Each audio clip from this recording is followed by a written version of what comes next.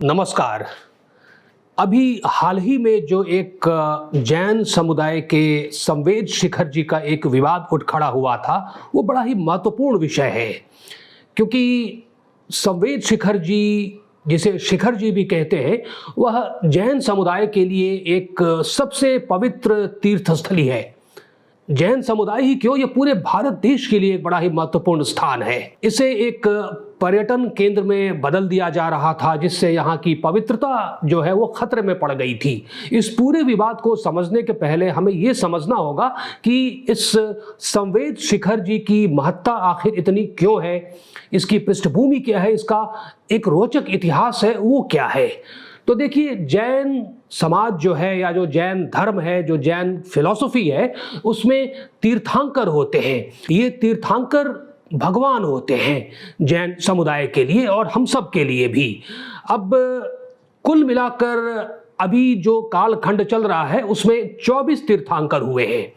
अब इसकी पूरी परिकल्पना ऐसी है कि जैन जो फिलॉसफी है, जो जैन का जो दर्शन है, उसमें ऐसा मानना है कि जो इंसान के, जो व्यक्ति के जो जीवन मरण का जो चक्र चलता रहता है, वो हजारों बार, लाखों बार चलता रहता है।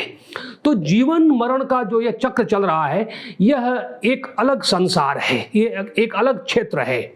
और एक क्षेत्र है मोक्ष का, जहां पे आपको जीवन मरण के चक्र से मुक्ति मिल चुकी होती है। अब ये जो तीर्थ शब्द है तीर्थंकर का, यह संस्कृत से आया है और कई अर्थों में से इसका एक अर्थ यह भी होता है कि पानी का या जल का एक छोटा हिस्सा, जिसके इस पार से उस पार जाया जा सके। तो अब जैन फिलॉसफी में ऐसा मानना है कि ये जो तीर्थंकर हुए हैं, जो भगवान हैं, इनके पास ये क्षमता थी, इनके पास यह ज्ञान था, जिसे केवल ज्ञान कहते हैं, कि ये स्वयं को भी इस जीवन मरण वाले इस क्षेत्र से मोक्ष में ले जा सके, यानी उन्हें मोक्ष मिल जाए। न सिर्फ यही, उनके पास यह भी क्षमता थी, उनके जो शिक्षण होते हैं, कि वो दूसरों को यह दिशा निर्देश या एक गाइडेंस दे सके कि कैसे जीवन मरण के इस पूरे चक्कर से निकलकर मोक्ष में चले जाना है या मोक्ष की प्राप्ति कर लेनी है। तो ये तीर्थंकर बड़े ही महत्वपूर्ण हुए हैं, भगवान हैं ये जैन समुदाय के लिए, और हम सब भी उनको इसी रूप में देखते हैं। तो अब यहाँ पे जो जैनों की जो फिलॉसफी है, उसमें जो समय की परिकल्पना है वो ऐसी है कि समय का जो चक्र है वह कई हजारों और अनंत चक्र हैं ऐसे समय के, और प्रत्येक एक चक्र में, हर एक चक्र में दो हिस्से होते हैं, पहला आधा हिस्सा और दूसरा आधा हिस्सा, और प्रत्येक इस आधे हिस्से में 24 तीर्थंकर होते हैं। और इस अवसर्पिणी में भी, जिसे हुंडा अवसर्पिणी कहते हैं, जब अभी जो वर्तमान में चल रहा है, उसमें भी 24 तीर्थंकर हुए। तो जो ये पहले तीर्थंकर थे इस वर्तमान कालखंड के इस दूसरे वाले हिस्से में, तो वो पहले जो तीर्थंकर थे वो थे ऋषभनाथ जी, और जो आखिरी यानी जो 24वें तीर्थंकर हुए वो थे महावीर स्वामी जी, जिसे हम सब बड़े स्नेह से महावीर भगवान या महावीर स्वामी या महावीर जैन जी कहते हैं। और इस महावीर स्वामी जी के पहले जो 23वें तीर्थंकर हुए थे वो थे पारसनाथ जी, या जिन्हें पार्श्वनाथ जी भी कहते हैं। अब इन्हीं पार्श्वनाथ जी के नाम पर झारखंड राज्य में उस पहाड़ी का नाम है पारसनाथ की पहाड़ी, और उसी पहाड़ी पर है संवेद शिखर जी। अब इस संवेद शिखर जी का अर्थ यह हुआ, शिखर का तो अर्थ हो गया पहाड़ की चोटी, और संवेद का अर्थ होता है ध्यान लगाना, मेडिटेशन। यानी इस संवेद शिखर जी का अर्थ यह हो गया कि वह पहाड़ की चोटी, या पहाड़ की वह चोटी जिस पर ध्यान लगाया जाए।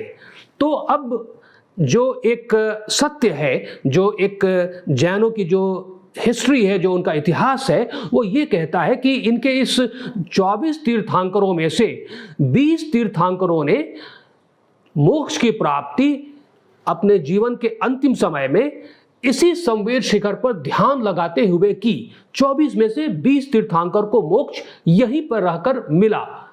यानी यहीं पर रहते हुए उन्होंने अपने देह को त्याग दिया और जीवन मरण के इस चक्र से उन्हें मुक्ति मिल गई। और यही कारण है कि संवेद शिखर जी इतना महत्वपूर्ण है, इतना पूजनीय है जैन समाज के लिए और इस पूरे देश के लिए भी, इस देश के पूरे समाज के लिए भी।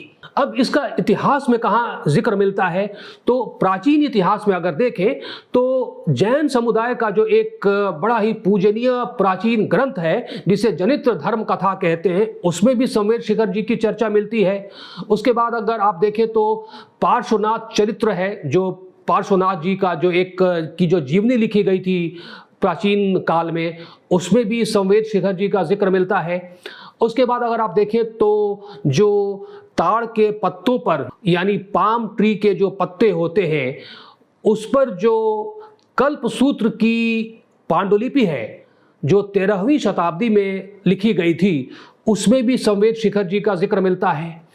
अब अगर आधुनिक इतिहास में देखें तो जो वाघेला वंश के राजा थे, विशाल देव जी थे और भी कई अन्य राजा थे, उन्होंने इस संवेद शिखर पर कई सारे जैन मंदिरों का निर्माण कराया था, जो आज भी वहां पर बड़े भव्य और विशाल मंदिर बहुत विशाल क्षेत्र में फैले हुए हैं।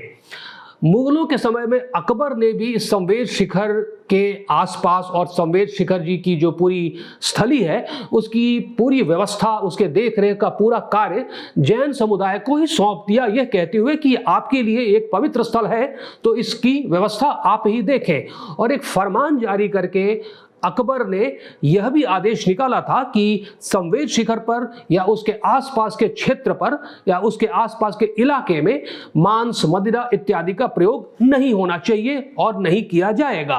यानी मुगलों ने भी इस संवेद शिखर की प्रतिष्ठा को बरकरार रखा, इसे वही सम्मान दिया जो दिया जाना चाहिए और जो जैन समुदाय इसे देता है। तो ये रहा पूरा इतिहास संवेद शिखर जी का। अब जब झारखंड में भाजपा की सरकार थी पिछले कुछ वर्षों पहले, तो वहां पर रघुवर दास जी जो वहां के मुख्यमंत्री थे, उन्होंने ये ऐलान कर दिया कि इस संवेद शिखर जी को हम एक पर्यटन स्थल या पर्यटन केंद्र के रूप में, टूरिज्म सेंटर के रूप में हम इसको विकसित करेंगे। अब इससे जैन समुदाय को यह लगा और उचित भी लगा कि अब यहाँ पे जब पूरे देश भर से पर्यटक आएंगे तो वो तो मौज मस्ती करने के लिए आएंगे, तो वहाँ पे मांस, मदिरा का प्रयोग शुरू हो जाएगा और इस स्थान की जो पवित्रता है वो भंग होने लगेगी। तो उन्होंने इसका विरोध किया। उनके विरोध के बाद रघुवर दास जी ने यह कहा कि हम ऐसा कोई भी कार्य नहीं करेंगे जिससे इस स्थान की पवित्रता भंग हो, और उन्होंने उस पर काम रोक दिया। लेकिन उसके बाद जब झारखंड मुक्ति मोर्चा की सरकार आई तो उसके मुख्यमंत्री सोरेन साहब, उन्होंने ये ठान लिया कि नहीं, हम इसे एक पर्यटन केंद्र के रूप में विकसित करेंगे ही। तो इस पर फिर एक विवाद और प्रदर्शन शुरू हो गया। इसी बीच क्या होता है कि वर्ष 2019 में केंद्रीय सरकार ने भी एक अधिसूचना निकाल दी और कहा कि झारखंड के उस इलाके में जहां पे संवेद शिखर जी हैं, वहां पे उस पूरे इलाके को इको टूरिज्म के केंद्र के रूप में विकसित किया जाएगा। तो यह भी एक ऐसी बात थी जिससे जाहिर है कि वहाँ इस जगह की पवित्रता भंग होती। कई तरह के वीडियो और फुटेज भी सामने आने लगे कि जब लोग वहाँ पे जा रहे हैं और मांस मदिरा का प्रयोग कर रहे हैं, उस पूरे स्थान की जो पवित्रता है वो भंग हो रही है। तो इसी को लेकर यह विवाद जब उठ खड़ा हुआ तो जैन समुदाय फिर सड़कों पर उतर आया और उन्होंने कहा कि हमने आपसे यानी सरकार से कभी कुछ मांगा नहीं, तो हम सिर्फ इतना ही मांग रहे हैं कि हमारी इस पवित्र स्थली को पवित्र ही रहने दिया जाए।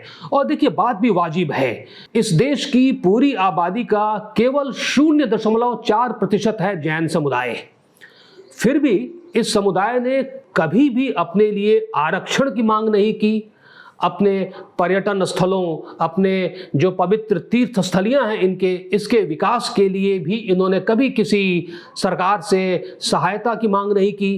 कोई भी आर्थिक सहायता नहीं मांगा इन लोगों ने। इसके बाद भी आप देखें तो हमारे देश के विकास में जैन समुदाय का बहुत बड़ा सहयोग है। समाज सेवा के क्षेत्र में, विज्ञान के क्षेत्र में अगर आप देखें तो कई बड़ी बड़ी हस्तियां हुई हैं जो इस जैन समुदाय से आती हैं। तो कुल मिलाकर अगर देखें तो इनकी यह मांग बिल्कुल ही वाजिब थी कि इस संवेद शिखर जी को एक पवित्र तीर्थ स्थान के रूप में ही रहने देना चाहिए और इसे पर्यटन केंद्र के रूप में विकसित करने का जो ख्याल है, जो आदेश है सरकार का, वो रद्द हो जाना चाहिए। अब हाल ही में केंद्र सरकार ने एक अधिसूचना जारी की और कहा कि 2019 में जो उसने यह कहा था कि इसे इको टूरिज्म के रूप में विकसित किया जाएगा, वह उस अधिसूचना को रद्द किया जा रहा है। यानी जैन समुदाय की इस मांग को मान लिया गया और केंद्र सरकार ने झारखंड राज्य के सरकार को भी यह निर्देश दे दिया है कि अब आप इसे यहाँ पे ऐसा कुछ भी ना करें जिससे इस स्थान की पवित्रता भंग हो। तो मिला जुला कर देखें तो यही था संक्षेप में इस संवेद शिखर जी का इतिहास, इसकी पृष्ठभूमि, इस विवाद का पूरा एक विवरण। तो यह पूरी चर्चा अगर आपको अच्छी लगी तो इस वीडियो को कृपया लाइक करें और इस चैनल को सब्सक्राइब करना ना भूलें। हम शीघ्र ही किसी अगले विषय पर मिलते हैं। तब तक के लिए आपका हार्दिक धन्यवाद और नमस्कार।